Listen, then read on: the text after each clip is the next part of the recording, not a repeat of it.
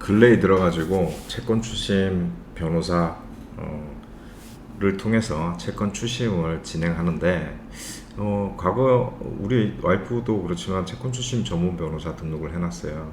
예, 법률사무소 아신.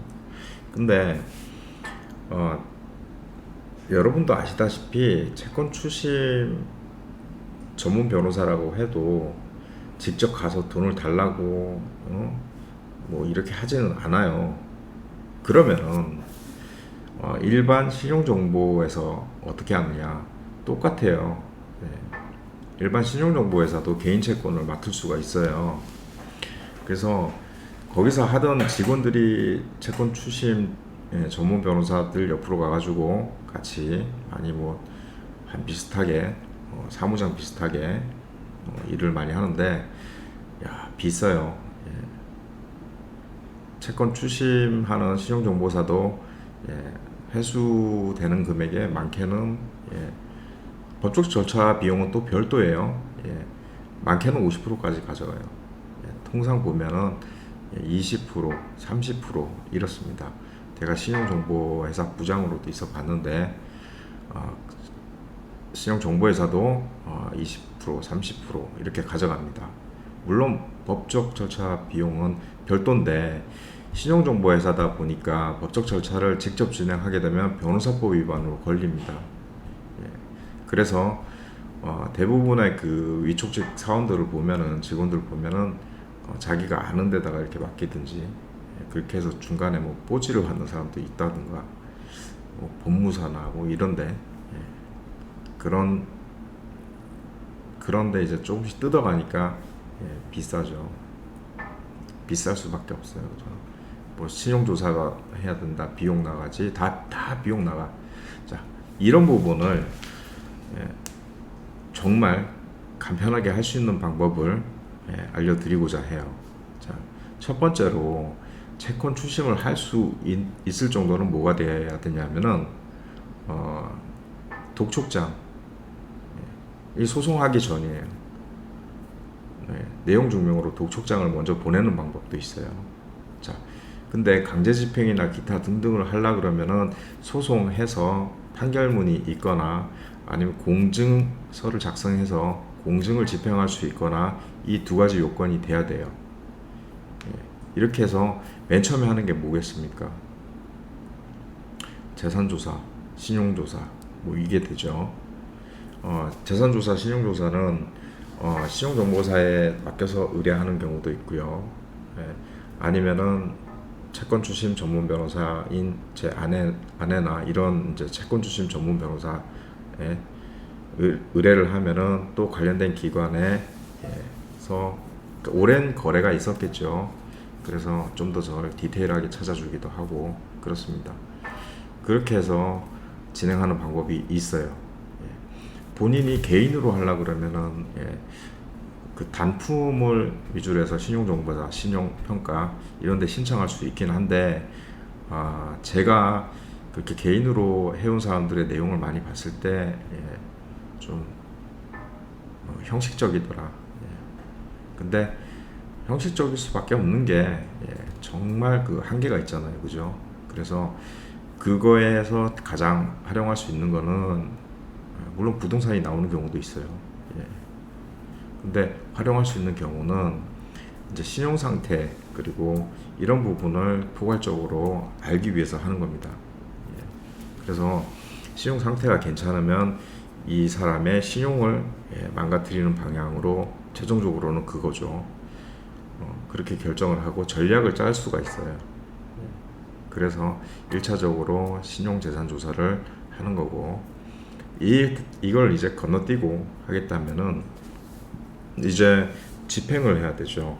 채무자가 가장 아픈 부분이 뭘까요? 집으로 오는 거. 집으로 오는 걸 가장 싫어합니다. 그렇기 때문에 집에다 가가지고 유체동산 강제 집행을 하든가 아니면 그 전에 다른 이제 재산 명시 절차를 하든가. 재산 명시는 판결 받은 지 6개월이 지나야 돼요. 그리고 신용 망가뜨리는 것도 6개월이 지나야 돼요. 신용 망가뜨리는 게 6개월 지나야 되고 재산 명시는 바로 신청할 수 있어요. 판결 받아서. 그렇게 해서 재산 명시는 야, 너 얼마 갖고 있어? 재산 얼마 있어? 법원에 내. 이렇게 합니다. 근데 허위로 내는 거가 있어요. 허위로 내면은 그것도 확인할 길이 없어. 그래서 대부분 얘네들이 1차적인 법원에서 하지만 거기서 걸리면은 안 좋죠. 근데 대부분이 대충 넘어가다 보니까 대충 써서 내는 경우도 많아요. 그래서 그걸 보완하기 위해서 재산 명시가 끝나면은 재산 조회 신청을 하는 겁니다. 반드시 이게 다 끝나야 돼요. 그 다음에 재산 조회를 하는데 이제 뭐 국세청이 토지나 뭐 이런 거에 대해서 다 열람을 하는데 이것도 비용이 들어가요. 열람하는 기관당 2만 원인가 3만 원 들어갑니다. 나는 은행, 국민은행 뭐 하려고 하면 돈이 다 들어가야 돼. 국민은행 뭐 토지 뭐 건축 뭐 이런 거 다 하려면 돈이 다 들어가야 돼.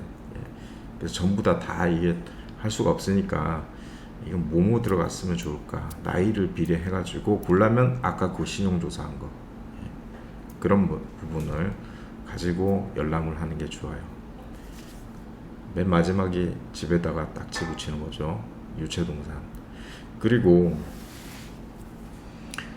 유체동산 할 때는 본인이 직접 신청하는 경우도 있지만 그거는 의뢰를 해서 해도 됩니다. 근데 자, 유체동산 집행하러 갈 때 본인이 가는 게 좋고 아니면은 변호사 사무실에 의뢰를 해서 가되 어차피 출장비나 이런 게 나옵니다.